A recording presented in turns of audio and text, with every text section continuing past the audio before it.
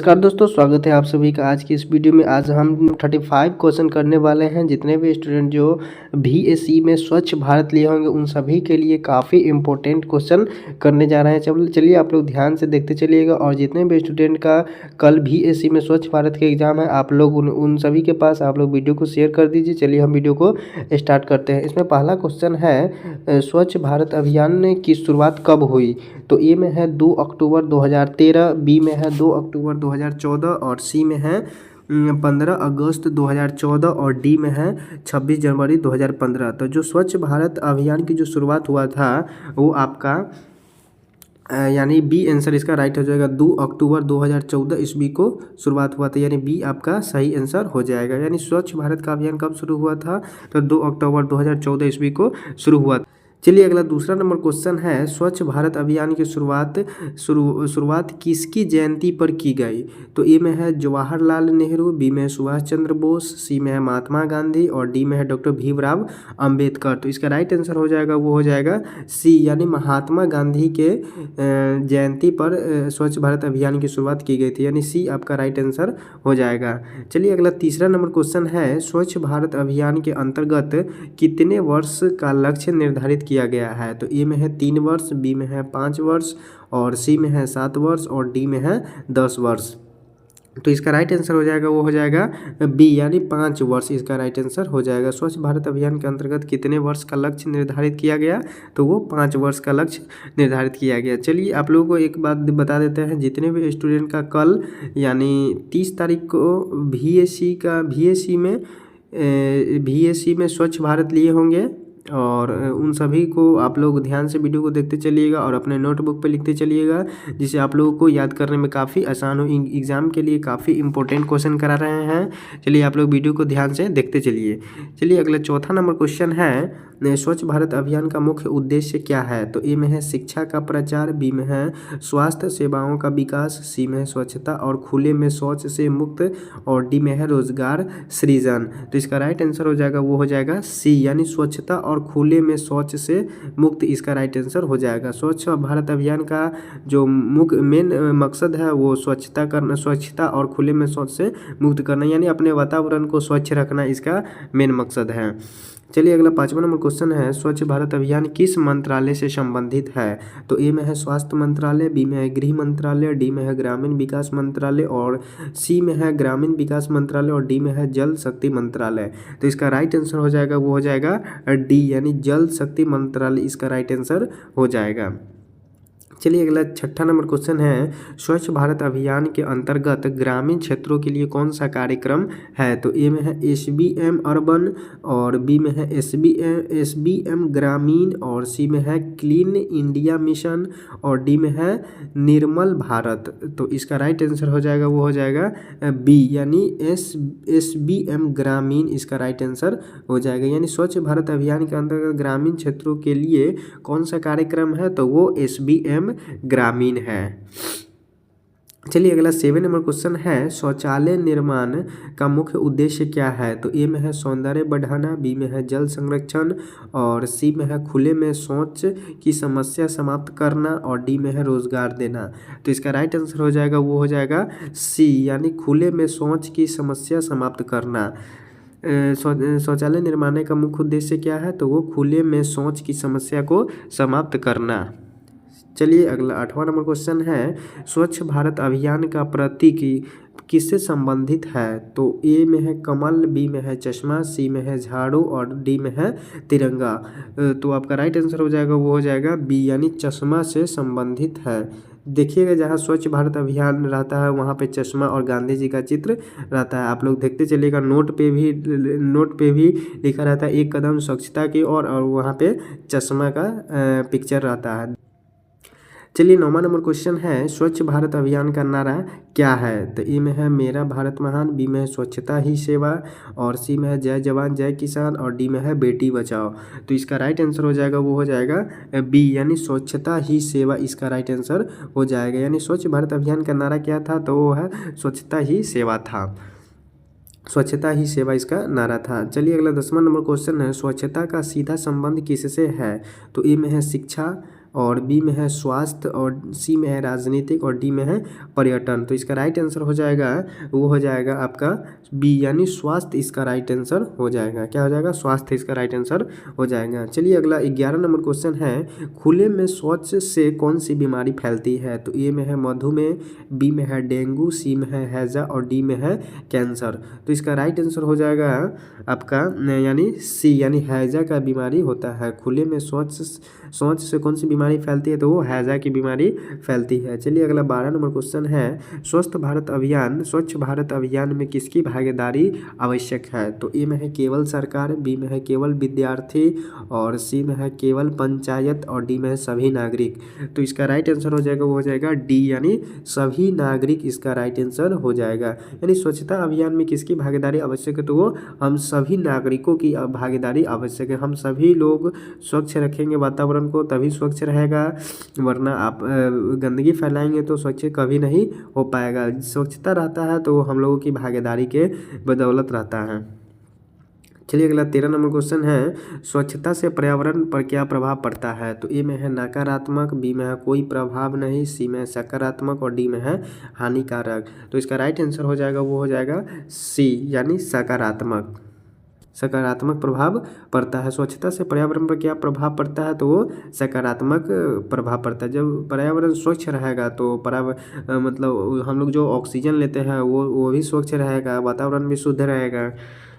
चलिए अगला 14 number question है, स्वच्छ भारत मिशन शहरी क्षेत्र में किस वर्ष तक ODF घोषित करने का लक्ष्य था? तो ए में है 2017, बी में है 2018, सी में है 2019 और डी में है 2020। तो इसका राइट आंसर हो जाएगा वो हो जाएगा सी यानी 2019 इसका राइट आंसर हो जाएगा। चलिए अगला 15 नंबर क्वेश्चन है, ODF का पूर्ण रूप क्या है? तो ए में है ओपन ड्रेन फ्री और बी में है ओपन डिफिकेशन फ्री और सी में है ओपन डेवलपमेंट फोर्स और डी में है ओपन डस्ट फ्री। तो इसका राइट आंसर हो जाएगा वो हो जाएगा बी यानी ओपन डिफिकेशन फ्री इसका राइट आंसर हो जाएगा यानी बी इसका राइट आंसर हो जाएगा। चलिए अगला 16 नंबर क्वेश्चन है, कचरे के पृथक्करण का अर्थ है? तो ए में है कचरा जलाना, बी में है कचरा दबाना और सी में है गीले और सूखे कचरे को अलग करना और डी में है कचरा फेंकना। तो इसका राइट आंसर हो जाएगा वो हो जाएगा सी यानी सूखे और गीले कचरे को अलग करना। कचरे के पृथक्करण का अर्थ क्या होता है? पृथक्करण मतलब होता है अलग अलग करना। किसी भी चीज़ को अलग अलग हम जब करते हैं तो वो पृथक्करण कहलाता है। तो कचरे के पृथक्करण का क्या अर्थ है? तो वो सूखे और गीले कचरे को अलग अलग करना। चलिए अगला 17 नंबर क्वेश्चन है, स्वच्छ भारत अभियान में विद्यालयों की भूमिका क्या है? तो ए में है केवल पढ़ाई, बी में है केवल खेल, सी में है स्वच्छता शिक्षा और डी में है प्रशासनिक कार्य। तो इसका राइट आंसर हो जाएगा वो हो जाएगा सी यानी स्वच्छता शिक्षा इसका राइट आंसर हो जाएगा। स्वच्छ भारत अभियान में विद्यालयों की क्या भूमिका है? तो वो स्वच्छता की शिक्षा देना, मतलब कैसे वातावरण को स्वच्छ रखें, कैसे अपने मतलब आसपास की चीज़ों को स्वच्छ कैसे रखना है, उन सभी के बारे में पढ़ाया जाता है। चलिए अगला 18 नंबर क्वेश्चन है, स्वच्छता से कौन सा लाभ होता है? तो ए में है बीमारी बढ़ती है, बी में है खर्च बढ़ता है, सी में है जीवन स्तर सुधरता है और डी में है समय नष्ट होता है।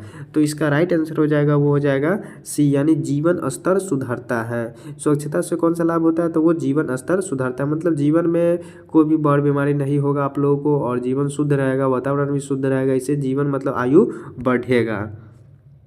चलिए अगला 19 नंबर क्वेश्चन है, प्लास्टिक कचरा किसके लिए सबसे हानिकारक है? तो ए में है जल, बी में है भूमि, सी में है वायु और डी में है सभी के लिए। तो इसका राइट आंसर हो जाएगा वो हो जाएगा डी यानी सभी के लिए इसका राइट आंसर हो जाएगा। प्लास्टिक कचरा किसके लिए हानिकारक है? तो वो जल के लिए भी, भूमि यानी मिट्टी के लिए भी, वायु यानी हवा के लिए भी खतरनाक होता है। प्लास्टिक कचरा जो है सबसे खतरनाक होता है, वो आदमी के शरीर पर सीधा अटैक करता है। इसलिए आप लोग कहते हैं प्लास्टिक को जलाया मत कीजिए, उसको मतलब एक जगह पे रख दीजिए, वो सड़ गल जाएगा मंजूर है, लेकिन उसको जलाइए नहीं आप लोग। चलिए अगला 20 नंबर क्वेश्चन है, स्वच्छ भारत अभियान का संबंध किससे नहीं है? तो ए में है स्वास्थ्य, बी में है पर्यटन, सी में है स्वच्छता और डी में है युद्ध। तो इसका राइट आंसर हो जाएगा वो हो जाएगा डी यानी युद्ध इसका राइट आंसर हो जाएगा। यानी युद्ध में स्वच्छता के से कोई मतलब नहीं है, तो इसका राइट आंसर हो जाएगा युद्ध। यानी स्वच्छ भारत अभियान का संबंध किससे नहीं है? तो युद्ध से नहीं है। चलिए 21 नंबर क्वेश्चन है, हाथ धोने की आदत किस बीमारी को रोकती है? तो ए में है मलेरिया, बी में है पेट की बीमारी, सी में है कैंसर और डी में है हृदय रोग। तो इसका राइट आंसर हो जाएगा, वो हो जाएगा बी, यानी पेट की बीमारी इसका राइट आंसर हो जाएगा। यानी हाथ धोने की आदत किस बीमारी को रोकती है? तो वो पेट की बीमारी को रोकती है। चलिए अगला 22 नंबर क्वेश्चन है, स्वच्छता को अपनाने से किसकी बचत होती है? तो ए में है धन, बी में है समय, सी में है ऊर्जा और डी में है सभी। तो इसका राइट आंसर हो जाएगा डी, यानी इनमें से सभी राइट आंसर हो जाएगा। यानी धन, समय और ऊर्जा ये तीनों को बचाती है। स्वच्छता को अपनाने से किसकी बचत होती है? तो वो धन भी, जब आपका स्वास्थ्य मतलब सही रहेगा तो धन भी बचेगा मतलब, और समय की भी बचत होती है, और ऊर्जा मतलब आपका एनर्जी का भी बचत होता है। तो स्वच्छता को अपनाने से इन सभी चीज़ों का बचत होता है। चलिए अगला 23 नंबर क्वेश्चन है, स्वच्छ भारत अभियान में स्वयं सेवी संस्थाओं की भूमिका क्या है? तो ए में है विरोध करना, बी में है जागरूकता फैलाना, सी में है कर वसूली और डी में है कानून बनाना। तो इसका राइट आंसर हो जाएगा, वो हो जाएगा बी, यानी जागरूकता फैलाना इसका राइट आंसर हो जाएगा। यानी स्वच्छ भारत अभियान में स्वयं सेवी संस्थाओं की भूमिका क्या है? तो जागरूकता फैलाना। कल जिस भी बच्चे का मतलब बीएससी में स्वच्छ भारत का एग्ज़ाम है, वो लोग काफ़ी ध्यान से देखते चलिएगा आप लोग वीडियो को, और वीडियो कैसा लगा आप लोग कमेंट करके ज़रूर बताइएगा। और कितने भी स्टूडेंट का हम जो क्लास करा रहे हैं, कितना क्वेश्चन टकरा रहा है, आप लोग कमेंट में ज़रूर लिखते चलिएगा। चलिए अगला 24 नंबर क्वेश्चन है, कचरे से खाद बनाने की प्रक्रिया क्या कहलाती है? तो ए में है पूर्ण चक्रण, बी में है जैविक खाद और सी में है कंपोस्टिंग और डी में है निस्तारण। तो इसका राइट आंसर हो जाएगा, वो हो जाएगा सी, यानी कंपोस्टिंग इसका राइट आंसर हो जाएगा। यानी कचरे से खाद बनाने की प्रक्रिया को क्या कहलाती है? तो वो कंपोस्टिंग कहलाती है।